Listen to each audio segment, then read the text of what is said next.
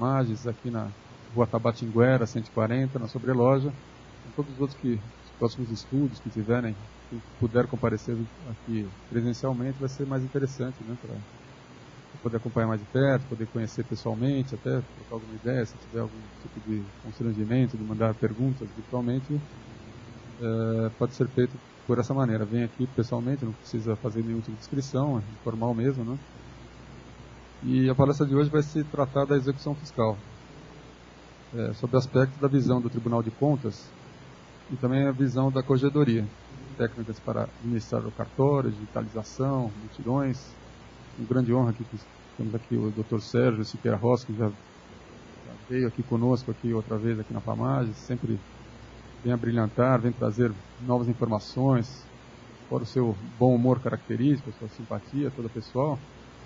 E também aqui ao lado a doutora Maria Fernanda, de Toledo Rodovalho, né, minha amiga pessoal, pessoa que agora está emprestando a sua inteligência à Corregedoria. E acredito que será uma palestra de bastante interesse para todos que estão acompanhando, né? E podem ficar à vontade para fazer perguntas, né? Tem um site aqui da Pamages, né? www.pamages.com.br/palestras. Tá bem? Então, sem mais delongas, passo a palavra agora para a doutora Maria Fernanda. Boa noite a todos. É sempre muito bom poder iniciar um diálogo, porque é justamente isso, a ideia de a gente construir um judiciário com ideias novas, é sempre com um diálogo mesmo. Eu sempre agradeço também as palavras do meu amigo, porque ele exagera quando fala de mim, né? Mas isso é para isso que a gente tem amigo, né? E eu estou falando antes do Dr. Sérgio, porque a gente tem aqui um sistema de deixar a cereja do bolo para depois, né? Sempre a gente deixa o melhor por último. Eu sempre falo antes do Dr. Sérgio, né, Dr. Sérgio? Bom, eu vou começar lendo o problema.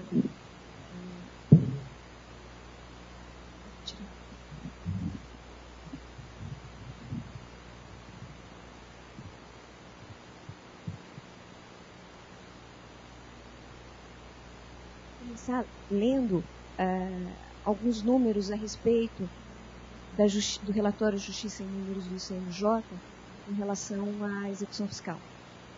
Segundo o relatório Justiça em Número de 2010, do Conselho Nacional de Justiça, na Justiça Estadual do país, entre as execuções extrajudiciais, quase a totalidade dos processos refere-se a execuções fiscais, correspondendo a 85% dos casos novos e a 94% dos casos pendentes. As execuções fiscais representam 45% do total de casos pendentes da primeira instância da Justiça Estadual, tendo em vista que correspondem a quase 21 milhões de processos do total de 46,3 milhões. Por outro lado, correspondem a somente 18% dos casos novos e a 12% dos casos baixados. Tal fato demonstra que a execução fiscal é a responsável por grande parte do congestionamento da Justiça, considerando que o problema principal não está no volume que ingressa anualmente, mas no acervo que permanece pendente de um ano para o outro. Outro indicador que denota a superioridade do fluxo de entrada das execuções fiscais em relação ao fluxo de saída é a alta taxa de congestionamento, 92%. Lê-se no mesmo relatório que grande parte das execuções fiscais em tramitação já se encontrava pendente desde o início de 2010, o que corresponde a 88% dos processos. Em relação às demais execuções extrajudiciais, o percentual pendente em relação ao total de tramitação é de 73%. Esse percentual, apesar de relativamente alto, ainda é bem inferior ao constatado nas execuções fiscais. Quando comparado a 2009, houve redução de 11% no quantitativo de casos novos de execução fiscal em 2010, de 3,2 para 2,8 milhões, ocasionada por 13 tribunais, sendo Amazonas e o Rio Grande do Norte os que informaram maior redução proporcional. Não houve um grande aumento nos casos pendentes de execução fiscal, 0,5%, enquanto o total de processos baixados reduziu em quase 1,4 milhão, 41%, devido principalmente ao Tribunal de Justiça de São Paulo informar ter baixado 1,5 milhões de processos a menos que em 2009, 69%. Isso é o relatório de 2010. De 2011, nós temos o seguinte. No decorrer de 2011, tramitaram na Justiça Estadual cerca de 70 milhões de processos, 2,2% a mais que no ano anterior.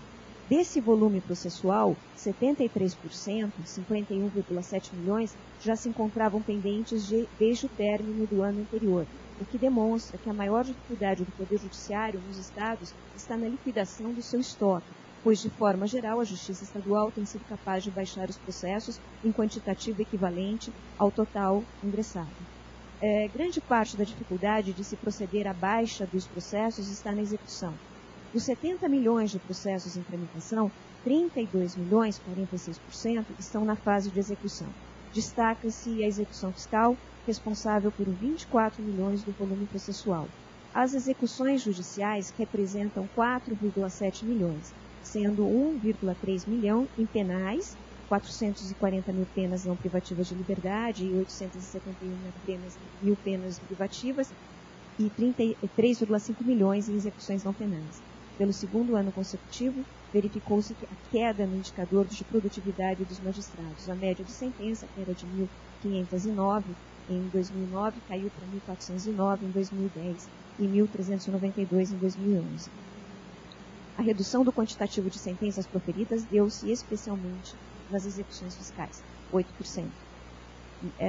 De toda sorte, mesmo com a redução do número de sentenças, o total de processos baixados teve crescimento de aproximadamente 7% em relação a 2010, considerando-se a similaridade do incremento dos baixados em relação ao incremento dos casos novos. Obteve-se em 2011 uma taxa de congestionamento praticamente constante, com redução de 0,5 ponto percentual, que passou de 74,4% para 73,9%. Bom, essa leitura não teve a intenção de matá-los de tédio, embora possa ter chegado próximo disso. A intenção de fazer essa leitura é mostrar o quão desconfortável é a nossa situação com a execução fiscal. O grande problema hoje da taxa de congestionamento está relacionado à execução fiscal. Por que nós chegamos a isso? Eu fiz alguns requisitos para a gente ganhar esse grande volume. Porque, ao que parece, a gente está fazendo de um jeito que o volume não se reduz. Então, vamos imaginar como é que a gente chegou a todo esse volume. Nós sabemos que o grande problema da execução fiscal está na localização do devedor e de bens penhoráveis suficientes para garantia da satisfação da dívida. E esses fatores atravancam o judiciário, congestionam as unidades. Quando não se localiza o bem ou o devedor, os processos executivos ficam paralisados e sem nenhum proveito para nenhuma das partes. E pior de tudo, com um descrédito enorme para o judiciário, sem lugar para a gente guardar todos esses volumes e com todos os problemas decorrentes da paralisação. Por que nós chegamos a isso? Por que nós permitimos chegar a isso? Me parece que nós tivemos até agora um ajuizamento inconsequente de execução fiscal, especialmente por parte dos municípios. É uma cobrança sem resultado, uma cobrança que o município já sabe previamente que não vai ter resultado. Então, isso atravanca o judiciário e não representa nenhum benefício para nenhuma das partes. Representa, na verdade, uma piora de qualidade da prestação jurisdicional e uma piora também da avaliação do próprio poder público, que é um poder inerte, que é um poder que fica sempre, que tem pouco resultado na sua atuação. Qual é a sugestão da Corregedoria para isso? Em primeiro lugar, a gente imagina que seja possível um diálogo do juiz, do magistrado com o poder público.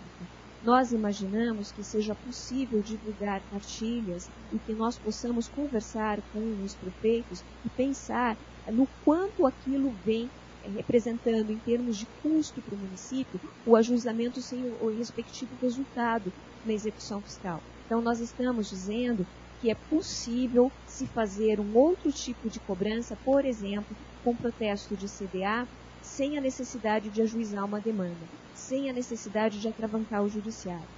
A penhora online também foi um instrumento que alterou a maneira como o judiciário trata das execuções fiscais e também é uma maneira de se alterar o resultado da execução fiscal. A gente tem que pensar numa execução fiscal como algo que vai ser viável, como algo que deva produzir um resultado efetivo e não apenas numérico de entrar com uma ação.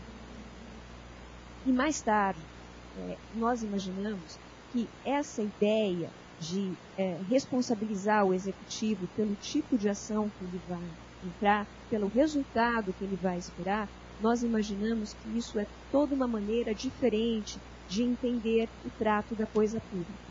À medida que o executivo for aprimorando os cadastros de devedores e que ele vai ter efetivo controle dos bens e efetivo controle dos endereços dos devedores, haja uma redução desse volume de processos sem resultado. O que acontece hoje é que com esses ditames de publicidade, de novas formas de avaliar a atuação do executivo, da moralidade administrativa, da publicidade dos cadastros, seja possível o executivo atualizar de uma forma mais rápida os endereços dos devedores e assim ir atrás dos bens de uma forma mais efetiva. Para que a gente chegue a esse número alarmante de execução fiscal, nós não tivemos apenas uma forma, de certa forma, irresponsável de ajuizamento sem resultado de ações de execução fiscal. Nós também tivemos a colaboração efetiva. E aqui eu chamo a atenção para o nosso papel. Nós tivemos uma colaboração efetiva dos agentes do Poder Judiciário. Quando nós colocamos os números do CNJ, parece que a responsabilidade por se chegar a esse patamar, por se chegar a esse índice de atolamento dos tribunais, parece que é exclusivamente dos tribunais. Não é verdade isso. Mas a verdade é que nós, juízes, nós, funcionários do judiciário, nós temos tolerado que os processos se mantenham apenas pela vontade do credor. Não é mais possível isso. Hoje, um sistema nosso de judiciário demanda que o juiz se assenhore do processo, que ele tome conta do processo, que ele se responsabilize pelo resultado efetivo desse processo. Não é uma simples condução de falar, olha, devedor, indique os bens, indique o endereço. Olha, credor, indique os bens, indique o endereço. Se quando o credor não faz, eu tolero a inércia do credor. Isso não mais é possível.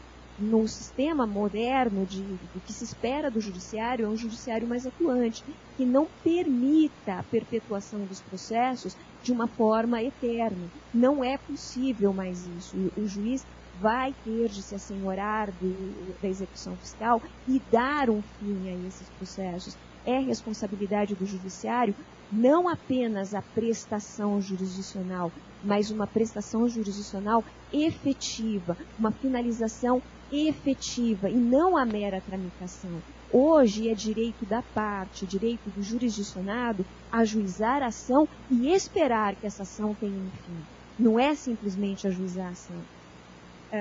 E isso demanda um novo papel, um novo perfil do juiz, que nós não terminamos de construir, nós estamos em um processo de construção do que seja esse novo papel do juiz. Só para colocar como terceiro fator do que nós chegamos a esse ponto de acervo de processos, nós temos o ajuizamento, nós temos uma colaboração efetiva, nosso judiciário, uma tolerância com esse número de processos, e nós temos a ideia de que a situação é imutável. Se nós imaginarmos que a situação é imutável, a situação não muda realmente. Não muda com a velocidade que deveria. A situação não é imutável, existem saídas sendo pensadas. Em primeiro lugar, a gente tem que imaginar que hoje o reclamo por uma transparência na administração é muito maior do que já foi antes. E esse reclamo por transparência é um processo em construção. Embora a transparência já tivesse sido prevista na Constituição de 88, na redação primitiva e original, esse processo de transparência é um processo que se constrói ao longo do tempo.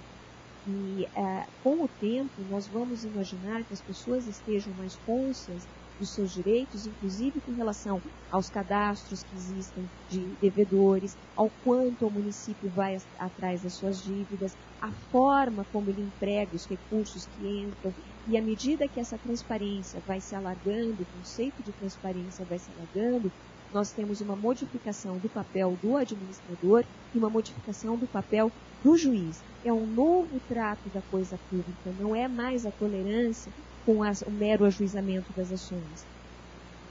E hoje nós temos também a ideia de que a legislação vá se alterar e vá trazer para dentro do nosso ordenamento algumas coisas que já aconteceram em outros países. Nós temos, por exemplo, hoje, que não é uma inovação exclusivamente brasileira, a ideia dos grandes devedores. Nós temos cadastros de grandes devedores.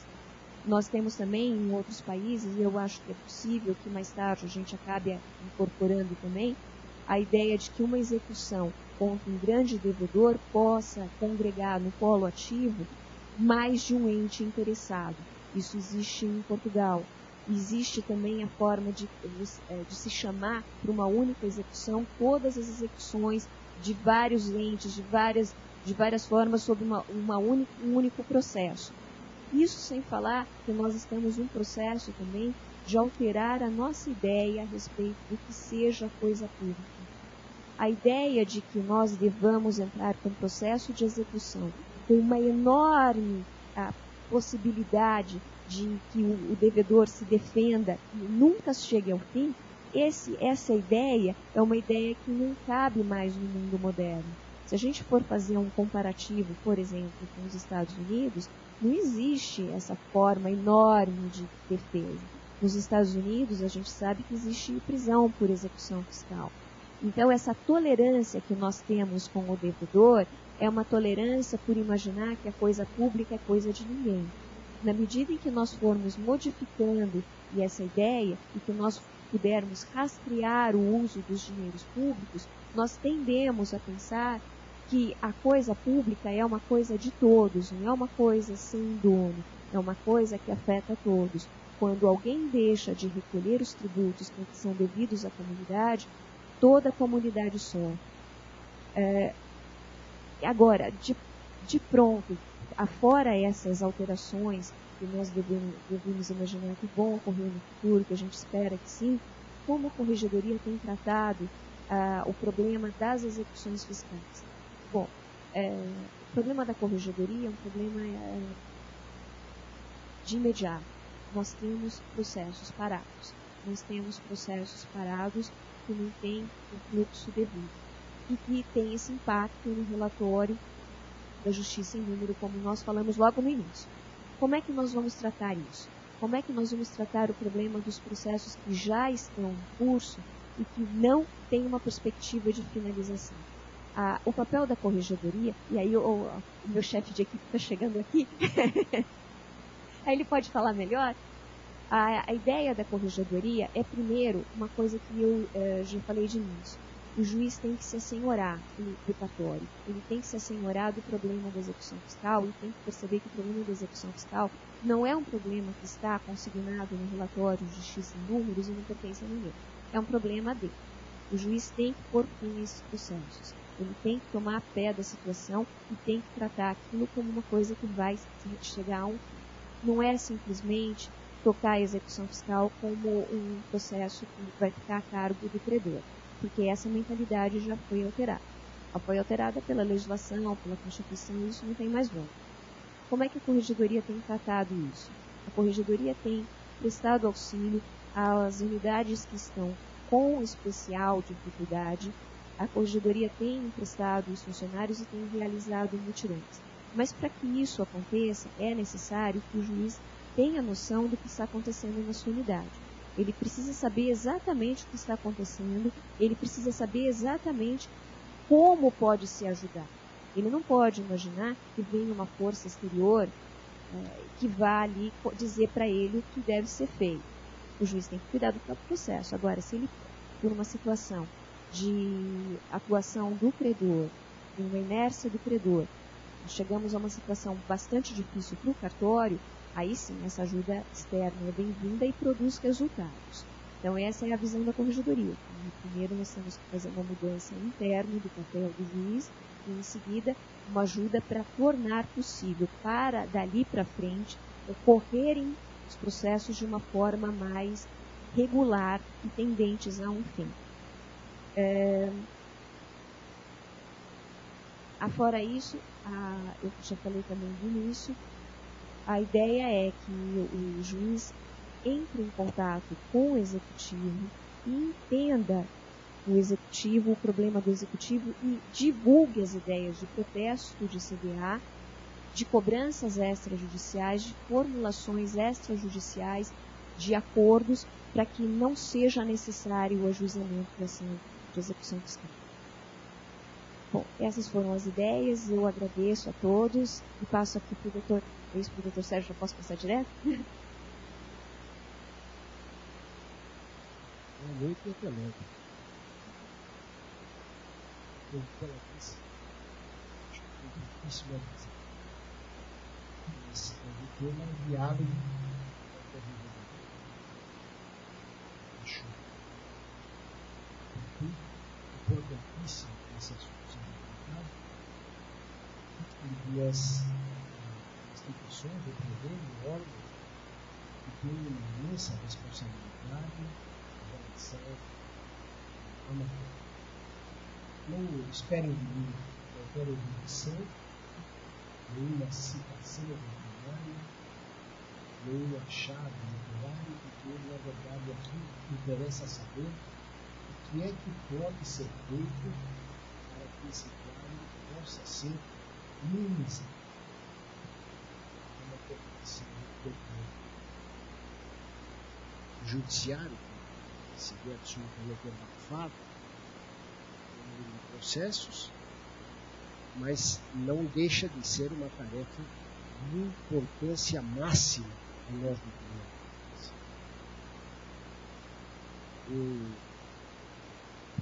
tribunal. Apenas uma folha para dizer por onde nós começamos, para dizer como o Tribunal de Contas cuida dessa matéria. Eu preciso que se abra um parênteses, porque nós somos muito mal falados, muito mal conhecidos, e na verdade quem se der o trabalho de chegar à intimidade do tribunal verá que talvez a gente não faça jus ao tratamento que às vezes nos é dispensado.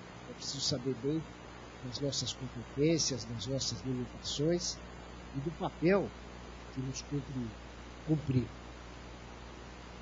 Então, a dívida ativa é uma preocupação extrema do tribunal.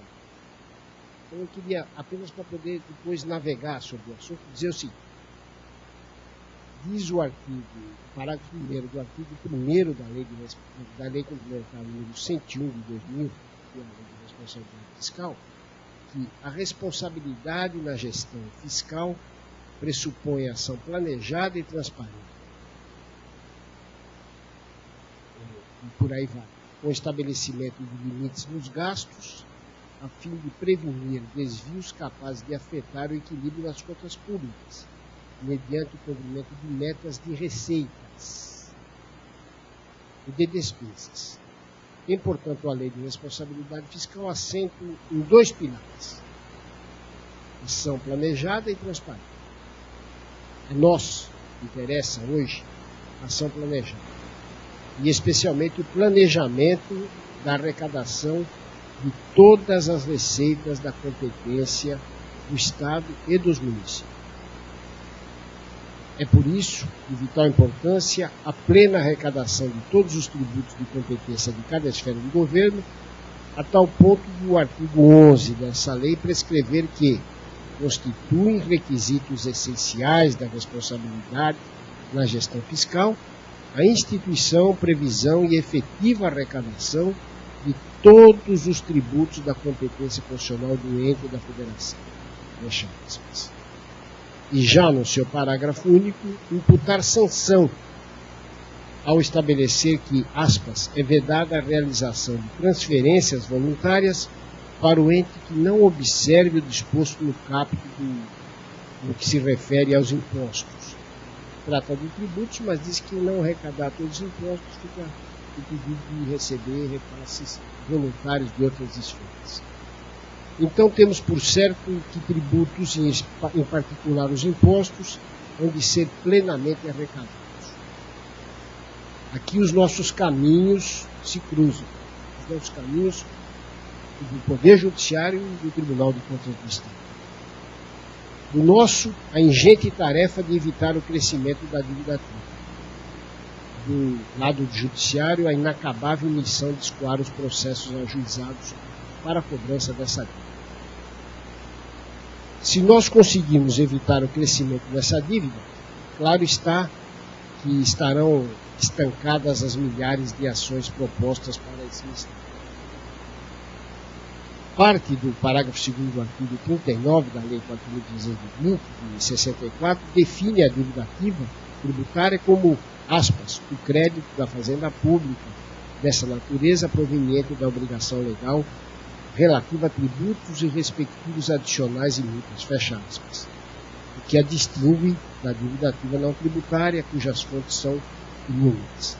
No momento, havemos de tratar a dívida ativa tributária. E por quê? Porque os números são assustadores. Então, vamos começar do começo. Não existe possibilidade de se cumprir a responsabilidade fiscal bem planejada, mal redigida, porém bem planejada, a lei de responsabilidade, a lei como está 115 de 2000, que é de imputar às esferas de governo a plena arrecadação de seus tributos. Ora, é evidente que isto ocorre por uma necessidade muito simples. Só posso fixar as minhas despesas se eu tiver uma previsão de recursos que efetivamente faça frente a essas despesas. A lei de responsabilidade fiscal pôs termo a uma prática absolutamente inaceitável, que era de se colocar na formulação do orçamento a coluna das despesas, para posteriormente encontrar-se o número da receita. E, evidentemente, que isto, para quem é da área contábil, eu tive uma rápida passagem por ela, é aquilo que a gente chama de vamos fazer bater. Se eu tenho um número de despesa estabelecido, encontrarei o número de receita que vai enfrentar.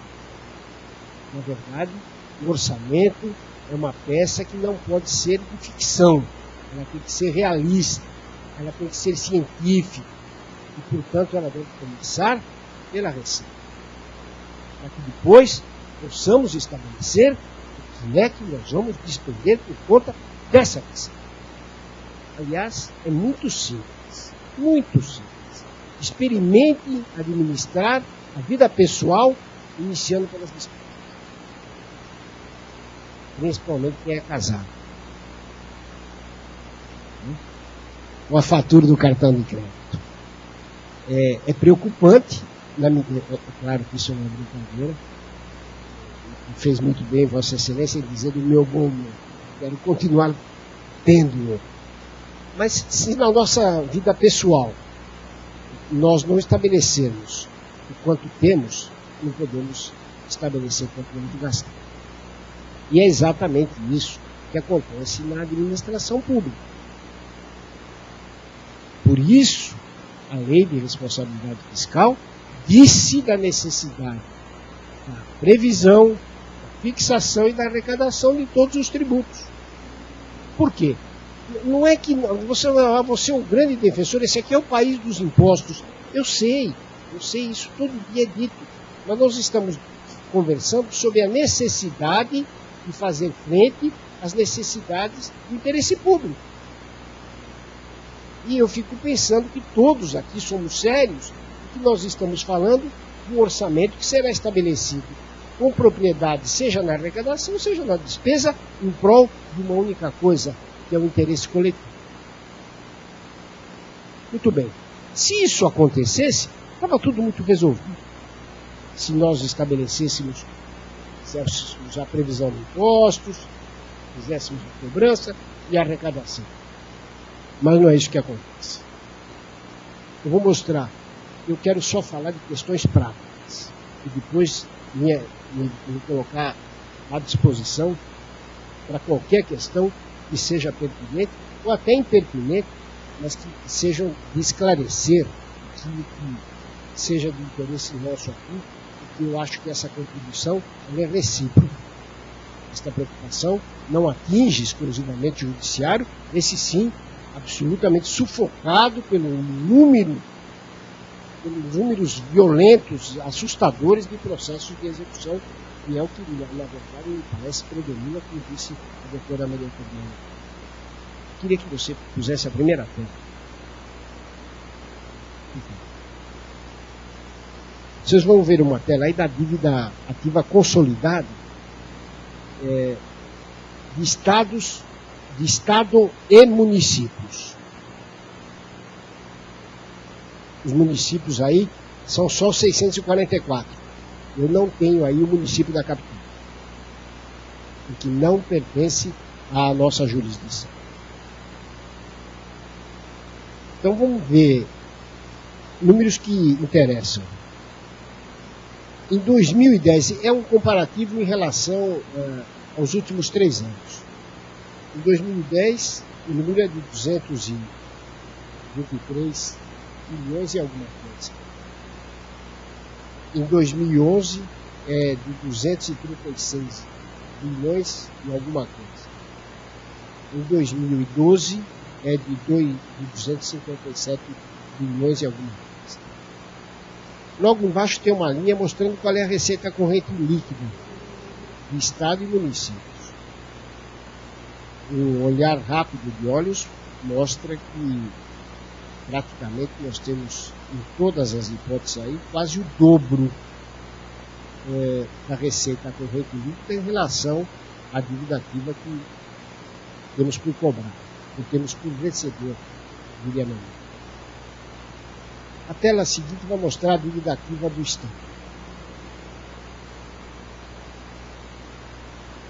Nós tínhamos em 2010 198 milhões. Depois tivemos uma queda em 2011 para 193 milhões. E temos em 2012 uma receita uma dívida ativa de 226 milhões. Olhem na linha abaixo a receita corrente líquida do Estado. Sabem o que é a receita corrente líquida do Estado? É tudo. Nada está fora do conceito de arrecadação naquilo que a gente chama de RCE. É por isso que os processos que estão em andamento são de número pequeno. A dívida ativa das prefeituras municipais. 57, 66 e 73. De um ano para o outro. São números alarmantes. Fizemos uma coletânea rápida, poderia ter trazido aqui os 644 municípios. Trouxe os 30 que mais tiveram crescimento na dívida ativa no triênio aqui em comparação. Não preciso referir porque a tela mostra esses URs aí que vocês estão vendo, são as unidades regionais do tribunal, ou no caso das DF, as diretorias da capital. Percebam qual é o saldo da dívida, qual é a receita corrente líquida e o quanto representa em relação, o percentual da receita em relação a cada um desses municípios. Eu depois posso deixar isso, se houver interesse. São dados absolutamente fidedignos e correspondem exatamente à realidade dos números que nós temos atualmente. Agora nós precisamos saber o que é que o Tribunal de Contas, como é que nós chegamos a isso, por que isso acontece, e algumas curiosidades. Eu diria, na verdade, para não me alongar, para que a gente possa ter exatamente aquilo que é o escopo desse nosso encontro, que é o diálogo. Eu vou apenas... sabem onde é Rosana? Hein? Quando há concurso para juiz de direito, o fim da fila é um horror. Que é o último município 340 quilômetros de Presidente Prudente, no biquinho, né? E lá cai para o rio porque é uma grande usina. E lá tem uma usina da CESP, mas é um município longínquo. Nós estamos pegando apenas como curiosidade, porque os números vão mostrar exatamente o que isso representa. Vou mostrar aqui um pouco da intimidade da fiscalização. No planejamento da fiscalização, verificamos a necessidade de análise de processo no setor de tributação e dívida ativa. Isto para que saibam que o Tribunal de Contas não pode descuidar disso. Visto que o saldo da dívida ativa estava em percentual superior à receita corrente líquida. Isto em Rosana. Contas de 2011. Assim, procedemos à realização de questionamento no mencionado setor com a elaboração do termo circunstanciado para subsidiar as contas de 2012 e o relatório sobre a fiscalização concomitante, que nós estamos exercendo agora uma relação uma fiscalização concomitante do ano em andamento, 2013. Ao mesmo tempo que estamos fechando o balanço de 2012, que recebemos em março, já estamos trabalhando também com as contas de 2013.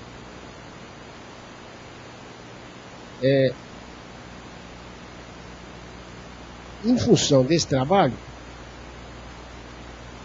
encontramos um cancelamento de dívida ativa lá de 81 milhões de reais, ocorridos no exercício de 2012. São decorrentes de processo de execução fiscal, que estão numerados aqui, em face da empresa Construções e Comércio Camargo Correia S.A., que foram extintos quanto ao mérito, restando em discussão apenas quanto aos honorários advocatícios fixados nessa empresa.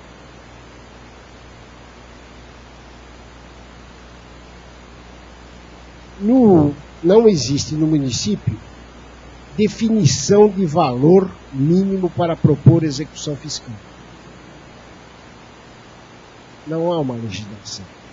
Eu preciso reportar aqui um trabalho feito pelo eminente juiz de fazenda, Dr. Eurípides, e há anos atrás formulou um trabalho dizendo que haveria um limite mínimo para que as execuções se propusessem. Já já nós vamos falar sobre isso. Mas nesse município não há esta lei estabelecendo um limite que deveria ser objeto, ou seja, ser dispensado da execução. Segundo o Departamento Jurídico da Prefeitura, em 2013 iniciou-se um levantamento da prescrição e decadência dos créditos tributários, constatando que a maior parte dos créditos tributários é de valores inviáveis economicamente à execução judicial. Assim, a municipalidade está estudando o projeto de lei visando a possibilidade de remissão, protesto ou refis na tentativa de recuperação do crédito. Até 23 de abril de 2013, portanto, 10, 15 dias atrás, a Prefeitura encaminhou 40 notificações aproximadamente. Nesse período não ocorreram cancelamentos da dívida ativa. Segundo informado, os valores inscritos na dívida ativa referentes ao exercício de 2007 e anteriores totalizaram em 23 de abril de 2013 a quantia de R$ 26.949.827,97. Estou falando de Rosana. O valor total recebido referente à dívida ativa até esse dia 23 de abril, isso me tranquilizou bastante, porque a dívida é de 26 milhões, eles receberam R$ 23.844. O sucesso nas tratativas. E, evidentemente, obrigou-nos a tomarmos algumas medidas um pouquinho mais agressivas em relação à indolência que estão se portando os responsáveis pelo executivo. Porque o grande problema, a tudo isso se soma, que o argumento é que esta dívida não é do meu mandato.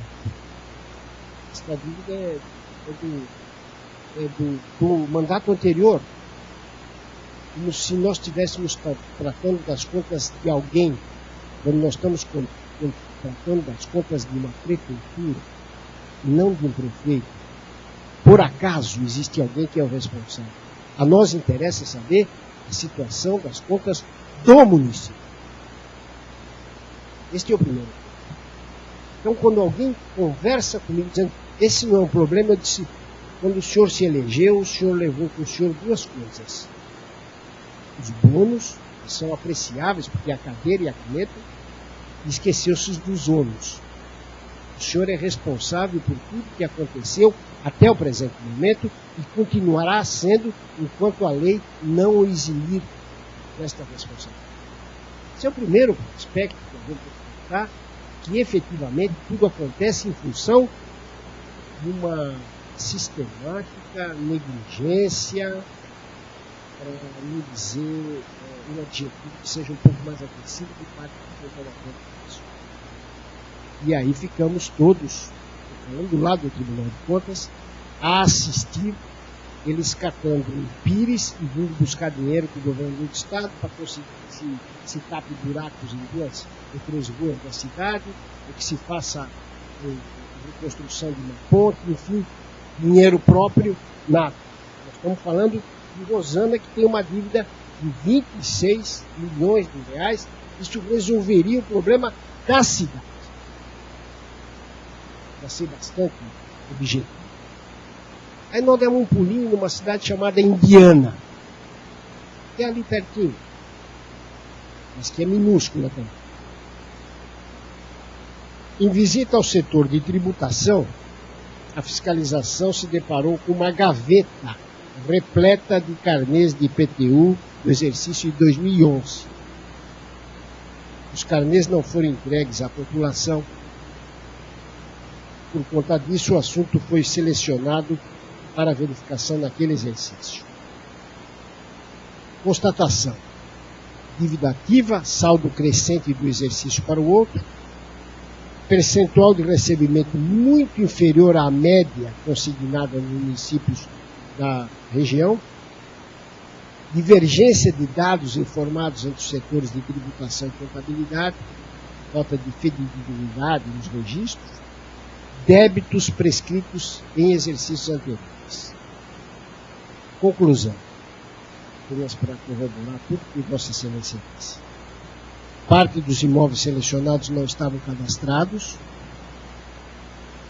Há muito tempo não se realiza o recadastramento de imóveis. Planta genérica muito antiga, em torno de 30 anos.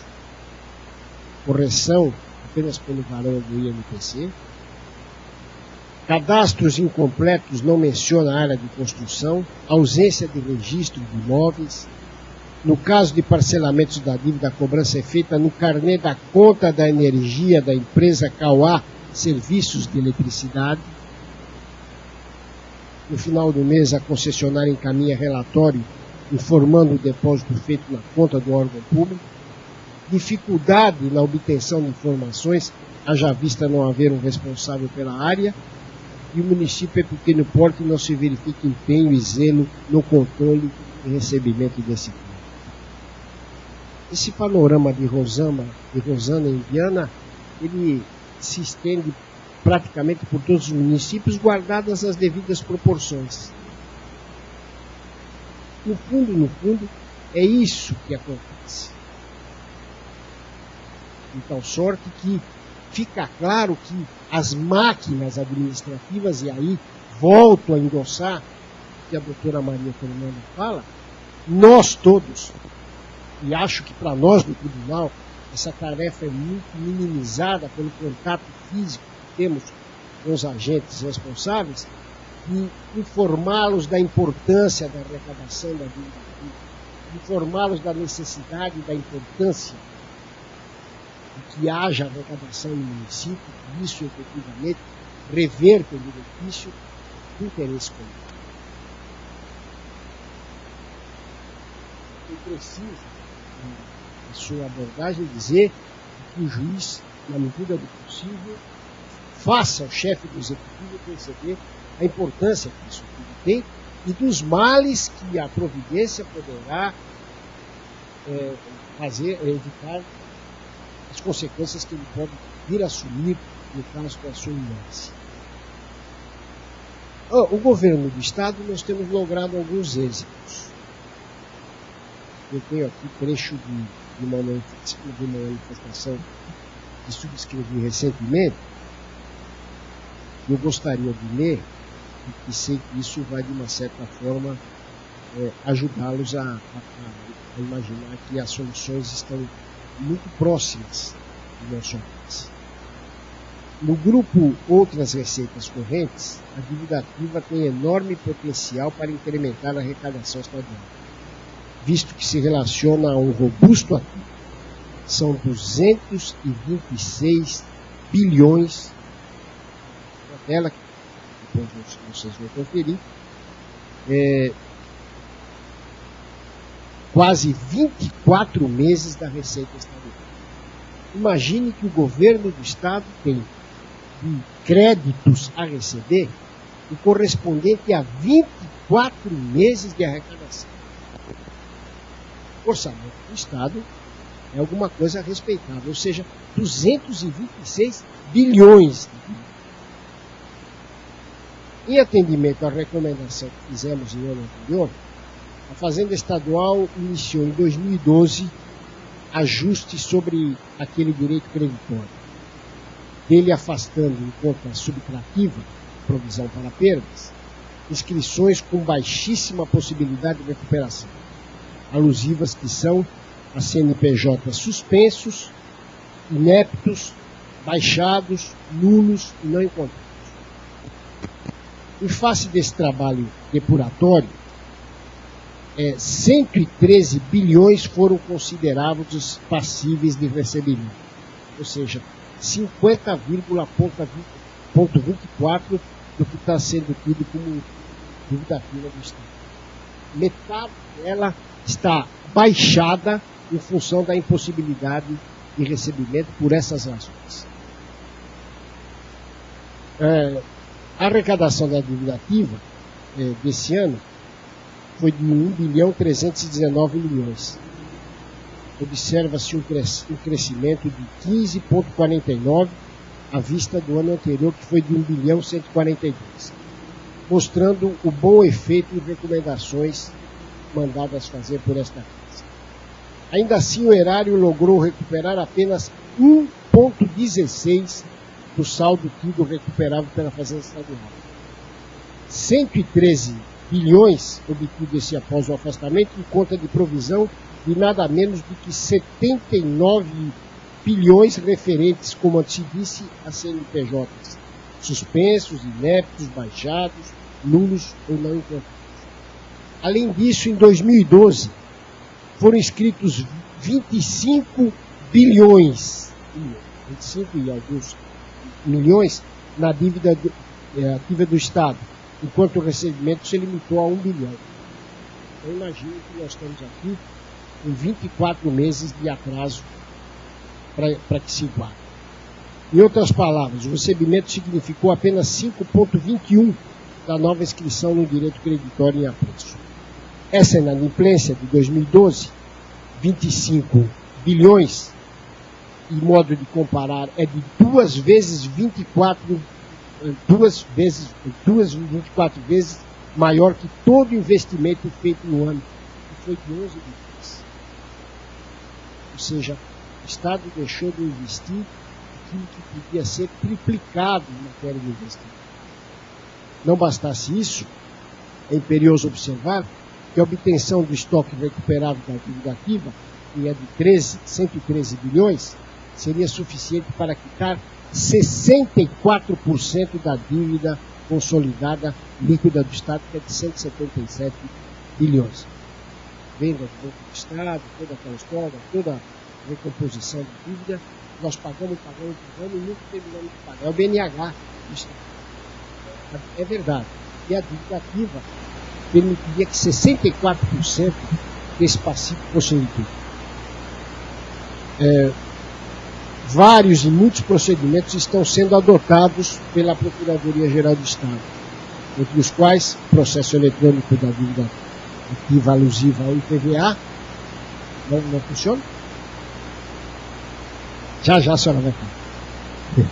Iniciado em dezembro de 2012, além disso, a previsão de iniciar em fevereiro de 2014 o protesto do ICMS. Ainda foi apresentado aos contribuintes do ICMS, em março de 2013, o Programa Especial de Parcelamento, PEP, possibilitando o fracionamento das dívidas com desconto de juros e multa em prazo de até 120 meses. Isso foi providência do Tribunal ter insistido demais com o tamanho da dívida ativa e ter exigido da Procuradoria sistematicamente.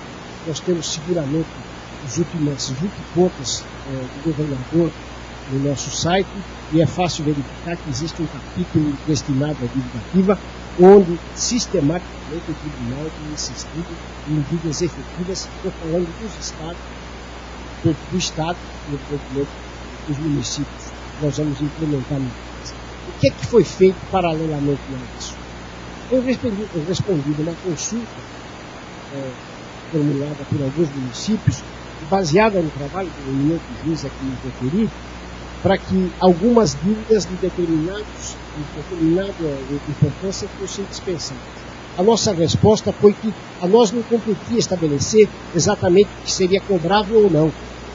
Isso devia ser uma responsabilidade de cada município em estabelecer qual seria o valor factível possível de ser recebido.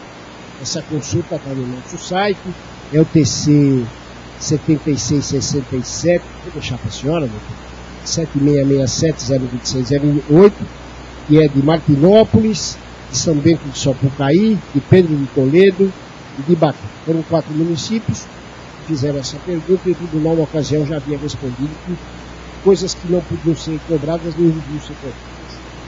Mas a última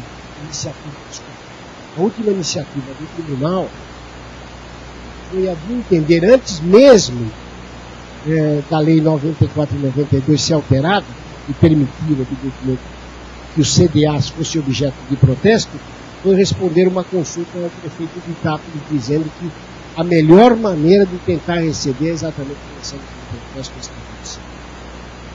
E aí, feita-se considerações de ordem local, política, e por isso não se implementa esta medida que me parece a mais efetiva e a mais oportuna.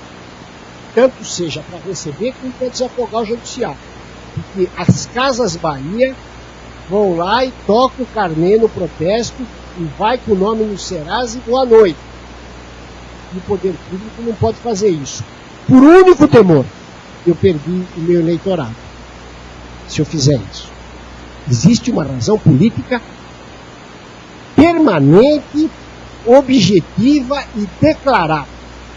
Protestar não cria problema porque aqui ninguém está pagando, a gaveta está abarrotada de carnês.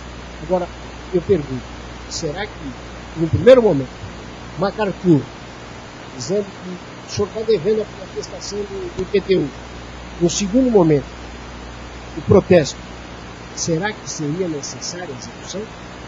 Nós teríamos uma clara demonstração da intenção e do desejo de pagar, e até muito mais barato, não tem sucumbência, não tem nada, o cartório do protesto não pode cobrar, ou seja, é alguma coisa muito fácil de resolver.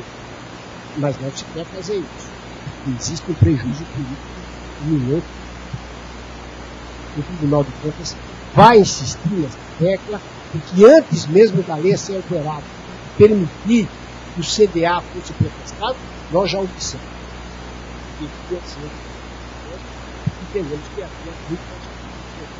E vamos levar isso às últimas consequências, porque nós não podemos concordar que os números continuem com essa grandeza. Ou seja, ou vamos fazer isso, ou daqui para frente aquilo que tinha sido objeto de advertências, de necessidades de arrecadação, passarão a ser notas possíveis de levarem ao parecer desfavorável à aprovação das contas do Executivo. E sem prejuízo de comunicação ao Ministério Público, porque sabemos todos que espirrando já cometemos improbidade administrativa. Não cobrar tributos, seguramente, chega também a configurar essa possibilidade do acionamento e da responsabilização do chefe de executivo. Portanto, para não me alongar e para que a gente possa manter o diálogo aqui estabelecido, eu diria que o tribunal está muitíssimo envolvido nisso. As medidas que são tomadas são efetivas e absolutamente constatáveis, mas hoje o nosso foco principal é alimentar a ideia de que o protesto pode ser a solução para grande parte desse enorme passivo que está sendo constituído.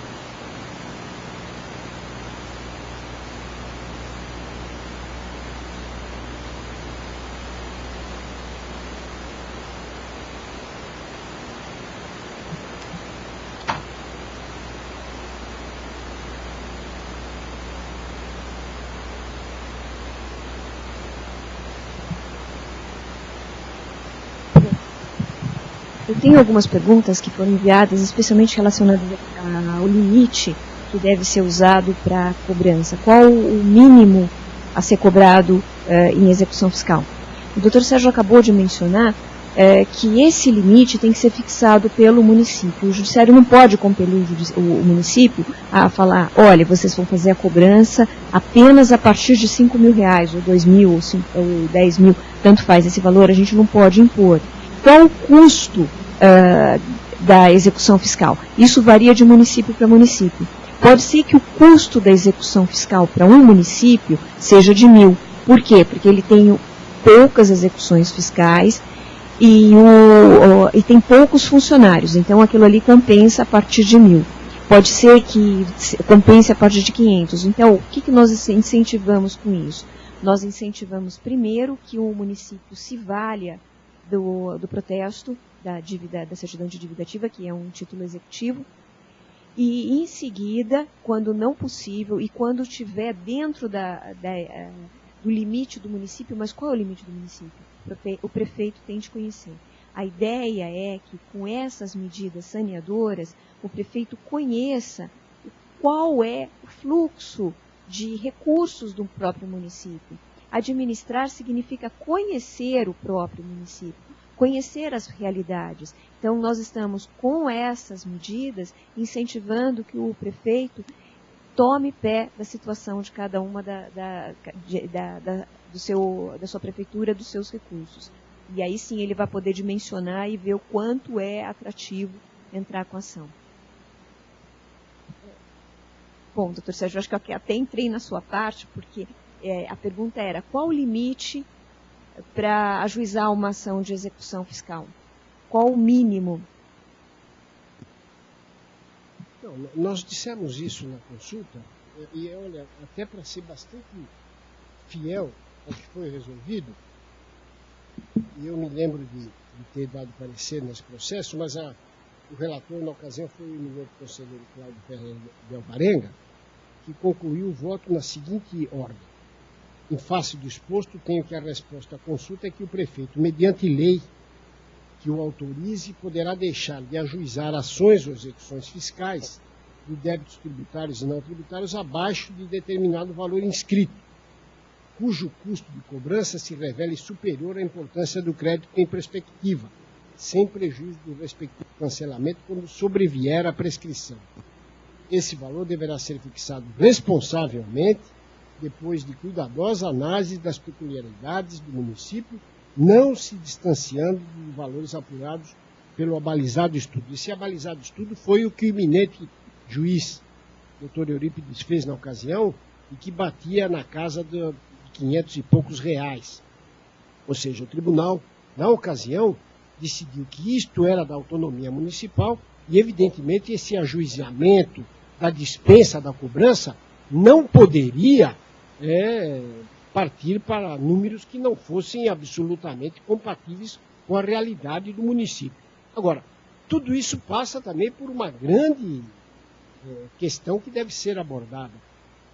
R$500 é uma cobrança que fica custosa e ela não... Porque o artigo 14 da Lei de Responsabilidade Fiscal autoriza, no capítulo da renúncia da Receita, que a cobrança seja feita exatamente se ela for satisfatória, em última análise.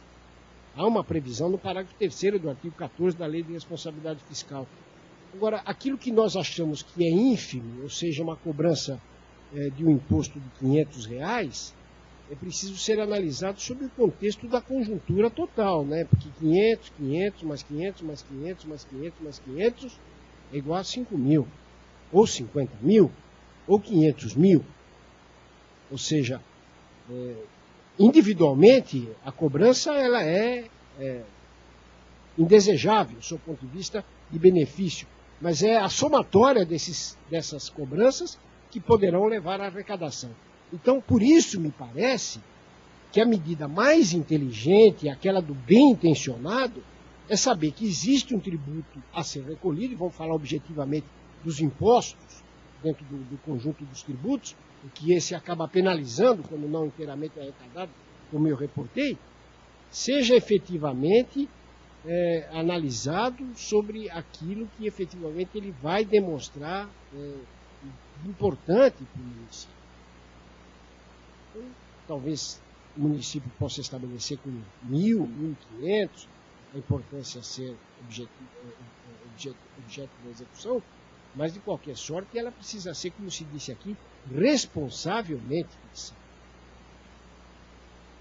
E também vamos imaginar que nós temos visto aí o descuido com a cobrança e, infelizmente, a prescrição do governo, né?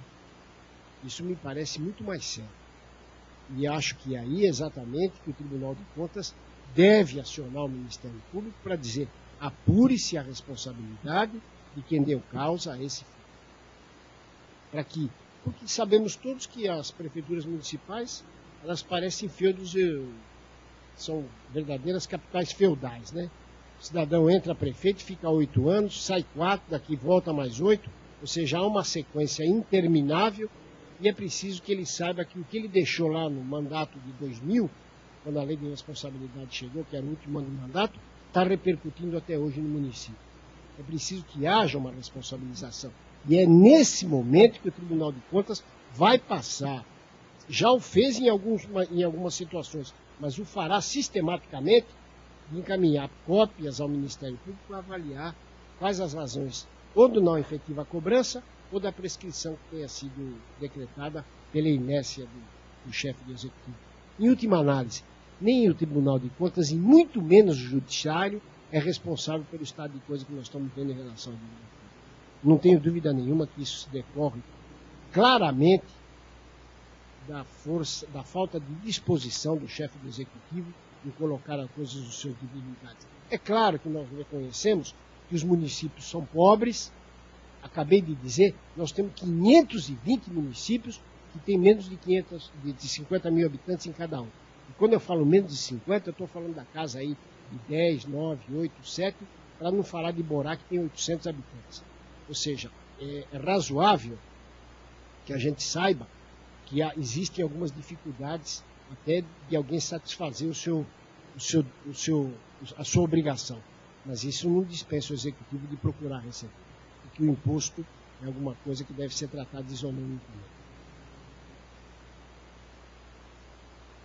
Em relação às outras perguntas, eu acho que grandemente a gente respondeu todas, porque eram todas relacionadas, de uma ou de outra forma, ao custo do processo e ao limite para o ajuizamento de ação de execução fiscal. Com relação à forma de operacionalizar o sistema de execução fiscal, existe, aí seria mesmo dentro do nosso sistema, que dados colocar, se nós podemos exigir CPF, CNPJ para ajuizamento de ação de execução fiscal, para ficar mais simples. Eu não sei como está funcionando isso em execução fiscal aqui de São Paulo. Já tem como dado obrigatório de campo a ser preenchido?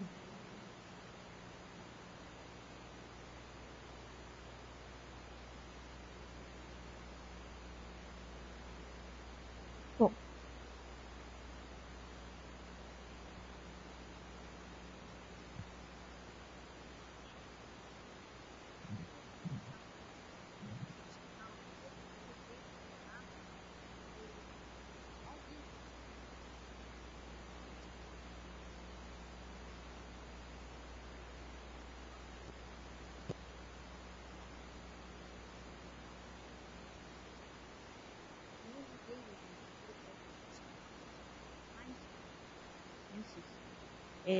no digital, e que vai possibilitar com o tempo a rapidez muito maior na cobrança, e que se evite a prescrição, porque é automático, entra a distribuição das execuções fiscais, com o despacho do juiz já se emite a carta de citação, que vai pelo correio, e imediatamente é realizada a citação ou retorna à fazenda para que ela complemente os dados. Então, todos esses dados atualmente são necessários. Então, a gente respondeu uma questão aqui que era de como colocar os dados no sistema, impedindo que haja uma evasão de recursos antes que a citação se complete, ou que se inviabilize a execução porque o devedor não é encontrado ou não é devidamente descrito na inicial. Então, há uma tendência com a digitalização dos processos de que essa imprecisão no ajuizamento se reduza a zero. Com isso a gente respondeu todas as questões. Bom, as questões que foram enviadas aí pelo método virtual, né? Eu não sei se alguém da plateia quer falar alguma coisa, né? Eu havia um certo rebuliço antes da plateia, agora parece que está todo mundo calmo, não sei, hora de jantar. Mas eu acredito que tenham sido respondidos, mais ou menos eram todos na mesma linha, como disse a doutora Maria Fernanda. Então, eu acho que, diante disso, eu queria agradecer de novo, né, a presença aqui do doutor Sérgio Siqueira Rossi, né, que sempre vem trazer atualização, vem trazer informação para os colegas e para os funcionários do Tribunal de Justiça em geral, a respeito de como é analisada todas essas questões que nós, dentro dos fóruns, examinamos, mas agora sobre o viés aí do Tribunal de Contas, que é muito importante, né, até por uma questão de...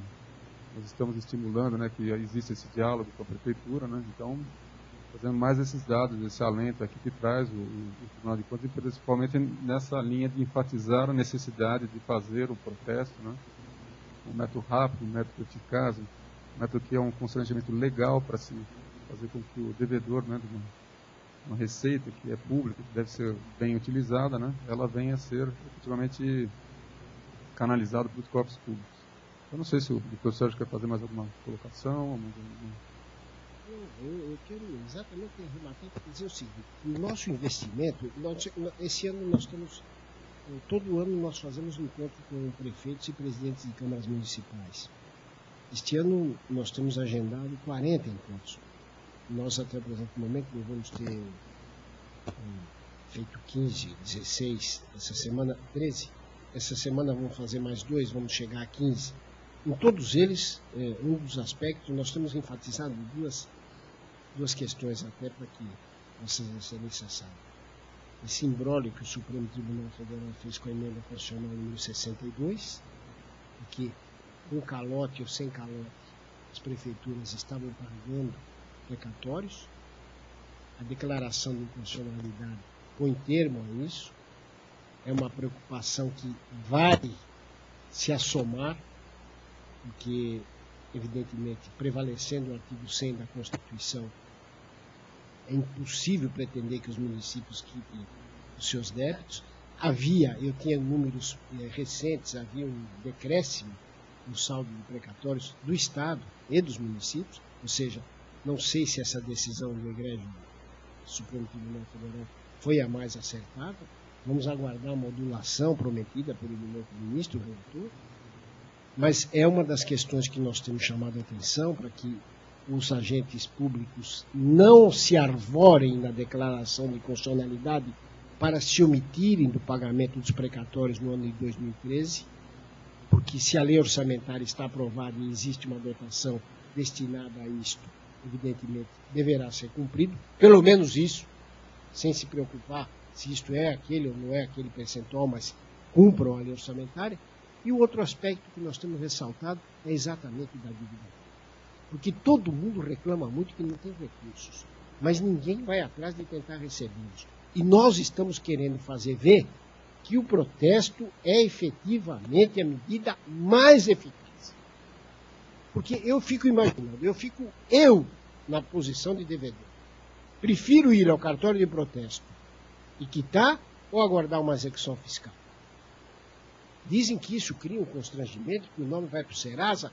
Eu ouço isso com muita preocupação, mas eu também quero lembrar que o carnezinho da televisão, que se não for pago, leva para o Serasa também. Então, se eu pago o carnezinho da televisão, devo sim pagar o tributo a que estou sujeito, em igualdade de condições e das proporções devidas. Ou seja, a nossa tarefa, doutor, será de fazer ver o chefe do executivo que o primeiro caminho é a cartinha. Seu aniversário no dia tal, parabéns, mas hoje também venceu a prestação do seu IPTU. Venha pagar. Você vai ajudar a cidade a crescer. E no segundo momento, evidentemente, encaminhamento ao protesto. E a execução para a última e derradeira oportunidade. E eu tenho certeza que, por esse caminho, nós vamos conseguir reduzir esses números. É preciso apenas que se crie a consciência da importância da declaração. Acho que é isso que eu tenho a dizer. Bom, agradecer ao doutor Sérgio e também agradecer a doutora Maria Fernanda, né, que veio trazer a ótica, né, que sempre é de, pelo menos dentro dessa administração, tem sido muito clara, né, de auxiliar, de instruir, né, de orientar, de amparar realmente os colegas, né, nessa tarefa aí que até do ponto de vista estético é horrível, né, você chega num cartório de execução fiscal, tem aquele monte de processo que parece que nunca anda, aquela monotonia, né, nunca sai do lugar aquele processo, né, então se também desperta dentro dos colegas, né, essa ideia mesmo de procurar o prefeito, né, de pedir uma audiência para o prefeito, dependendo da cidade, daí até atravessar a rua, né, e tomar essa iniciativa, pedir para que ele leve em conta esse tipo de coisa para não perder o tempo dele, dos procuradores e do judiciário, obviamente, nesse sentido de fazer uma execução que não vai ter qualquer tipo de sucesso.